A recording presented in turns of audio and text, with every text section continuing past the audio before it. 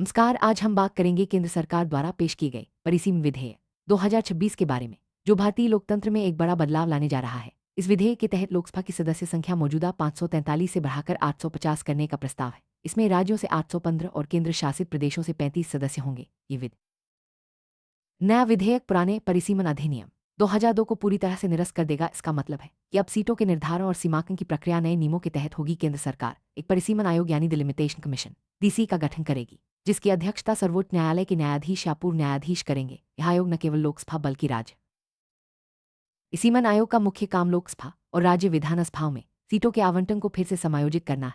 ये काम नवीनतम जनगणना के आंकड़ों के आधार पर किया जाएगा, जिससे निर्वाचन क्षेत्रों की सीमाएं भी फिर से निर्धारित होंगी। इससे हर राज्य और केंद्र शासित प्रदेश में जनसंख्या के अनुपात में प्रतिनिधित्व सुनिश्चित किया जा सकेगा। यह प्रक्रिया लोकतंत्र को और अधिक समा। अब सवाल उठता है कि परिसीमन आखिर है क्या? परिसीमन का तात्पर्य लोकसभा और विधानसभाओं के लिए प्रत्येक राज्य में सीटों की संख्या और प्रादेशिक निर्वाचन क्षेत्रों की सीमाओं के पुनर्निर्धारण की प्रक्रिया से है। ये प्रक्रिया समय समय पर जनसंख्या के बदलाव के अनुसार की जाती है, ताकि हर नागरिक को समान प्रतिनिधित्व मिल सके।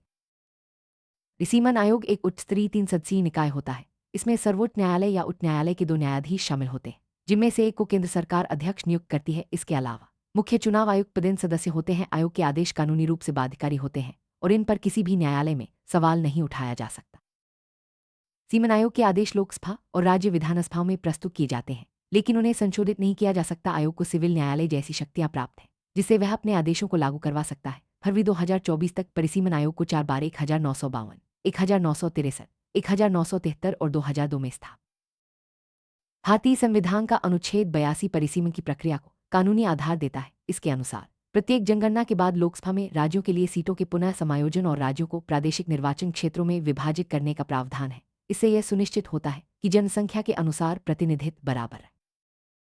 अनुच्छेद 170 विधानसभाओं की संरचना से संबंधित है। इसमें राज्यों की विधानसभाओं में सीटों की संख्या और उनके गठन के बारे में विस्तार से प्रावधान किया गया है। यह अनुच्छेद सुनिश्चित करता है कि राज्यों की विधानसभाओं में भी जनसंख्या के अनुसार उचित प्रतिनिधित्व मिले।